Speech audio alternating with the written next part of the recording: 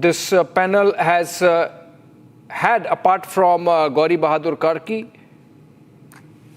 legal expert Vishweshwar Prasad Bhandari, Bigyan Raj Sharma, former Additional Inspector General of Police, and the commission has, of course, interviewed hundreds of people and come to the conclusion that this was a result of mismanagement, has fixed responsibility. We don't know as yet whether it fixes the responsibility on any foreign power, because remember, this was seen as a coup, this was seen as a regime change operation.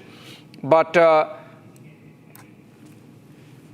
a statement has come in attributed to Justice Karki, saying that the incident stemmed largely from poor governance and weakened regulatory institutions. We have a guest joining us from Nepal,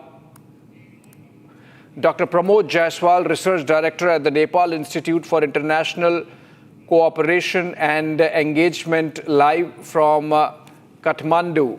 Very good afternoon to you, Dr. Jaiswal. And my question is, one, when is the report going to be made public? And do we have an idea of on whom or to which side the responsibility has been fixed for Gen Z protests and the violence that rocked Nepal? Today, the committee has submitted the report to the Prime Minister. I'm not yet aware when the report will be made public. There are speculations in the media that probably the former Prime Minister, Home Minister, and the people who are taking care of security will be one blamed for that. So what are the recommendations or what are the charges? We are not yet aware. I think government will make that public in few days. Dr. Jaiswal, my next question is, we have reports from Nepali media where the chair of the commission, Gauri Bahadur Karki, has said that if the report is not implemented, it can lead to next round of protests. And he has said that a specific responsibility has been fixed. And he has attributed the Gen Z protests to misgovernance or, lack of institutions delivering on governance. You think that action would be taken now in the changed circumstances with the new government coming in, and those who were part of the Gen Z protest, Balen Shah's party coming to power, you think action would be taken against the old guard and accountability fixed? I think the probability is very high. First, because the issue is very serious. I mean, 70%, more than 70 people were killed. Many of them were very young children. So I think it's of grave concern. Second, we have a new party who will be in power with full majority. So I think and majority of the Gen Z has joined that party, so they will also put immense pressure. Third, everyone, like civil societies, people on the street, young students, Gen Z, everyone is pressurizing the government to make it public and make the person accountable. So I think there are pressure from every quarter to make it to implement the project, make it public. So I think it will be very challenging for a state or anyone to get away with that. Right. What happens next then, Mr. Jaiswal? The report is with the Prime Minister.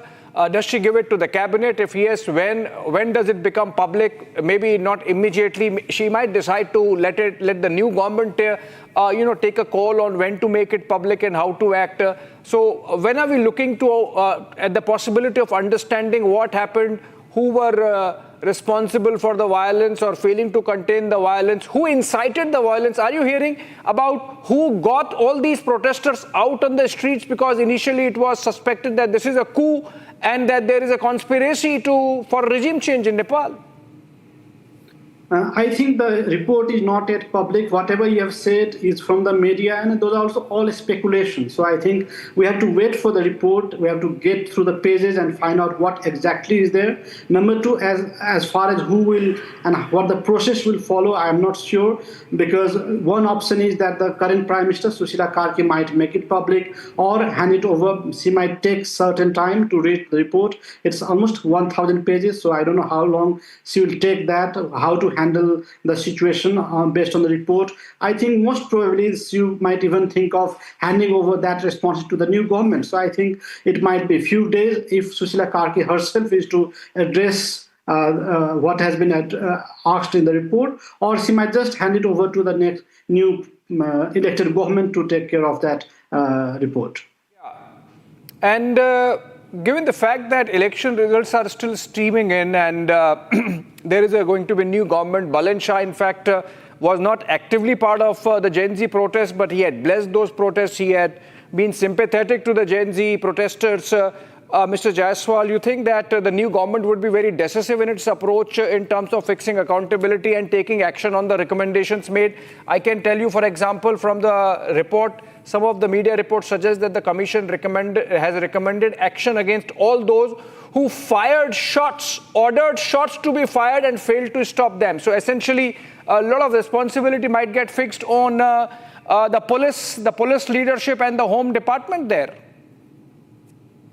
Yes, the chief of the commission, he mentioned on the media that anyone who has been involved or who did not acted to stop the violence and all those will be made accountable. So there are speculations that it can happen. I think the next government, which is under RSP, Balendra Shah, they have promised that their government will be accountable. They will focus on governance and corruption control. So this is one of the aspects. I think they have to start from there, that they have to make those who are involved accountable. So I think we can expect that there will be strong actions against those who are involved.